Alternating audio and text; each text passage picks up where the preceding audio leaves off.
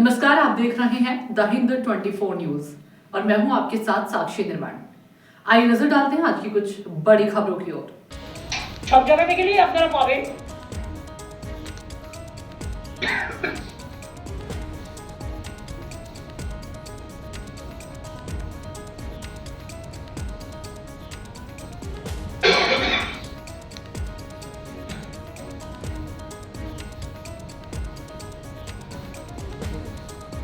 ছবিটা দেখুন, একটা গাড়ির ভেতরে ৯-১০ হাজার ফর্ম নিয়ে গেছে, সব ডিলিট করার জন্য, জেনুইন ভোটারদের নাম।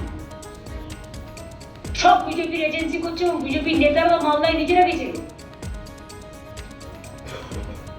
আপনারা তো জানতেও পারতেন না এটা।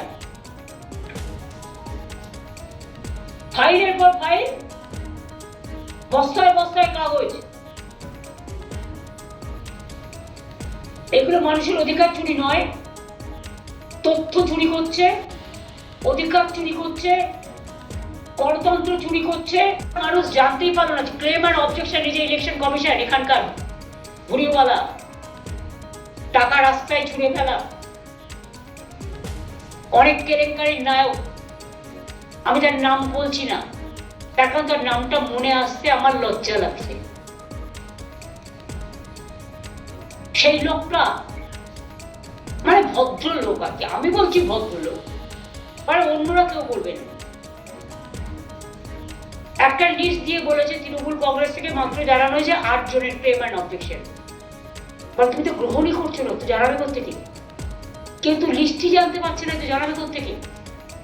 যখন নোটিশ পাচ্ছে তখন লোক জানতে পারছে, যখন অ্যাম্বুলেন্সে করে কাউকে নিয়ে যাওয়া হচ্ছে তখন তো সে জানতে পারছে। আজও পর্যন্ত জেনে রাখবেন 13-14 লাস্ট বলে দিয়েছে হয়নি। কেন বাদ দিল? আমি দু একটা আপনাদের প্রেসিডেন্ট বলি, I think it is enough. Amartya Sen Nobel জয়ী বাংলাকে গর্বিত করেছেন। আজ রবীন্দ্রনাথ ঠাকুর থাকলে আমি জানি না তার নামটাও বাদ দিতেন হয়তো। অমাত্য সেনকে প্রথমে বাটি ছাড়া করেছিল, মানে ভিটে ছাড়া। তখন তিনি রেকর্ড খুঁজে পেলেন, আমিও গিয়েছিলাম দেখা করতে। তার বইয়ের সাথে তার কত বয়সের ডিফারেন্স, সেটা নাকি লজিস্টিক ডিসক্রিপেন্সিস। আমি যতদূর জানি অমাত্য সেন নিশ্চয়ই 85 বছরের বেশি, অন্তত এখন 92। তো তার সাথে যখন বিয়ে হয়েছিল 92 বছর আগে ফিরিয়ে আনতো,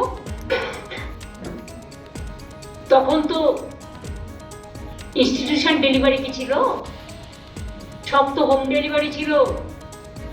देखते रहिए द हिंद 24 न्यूज।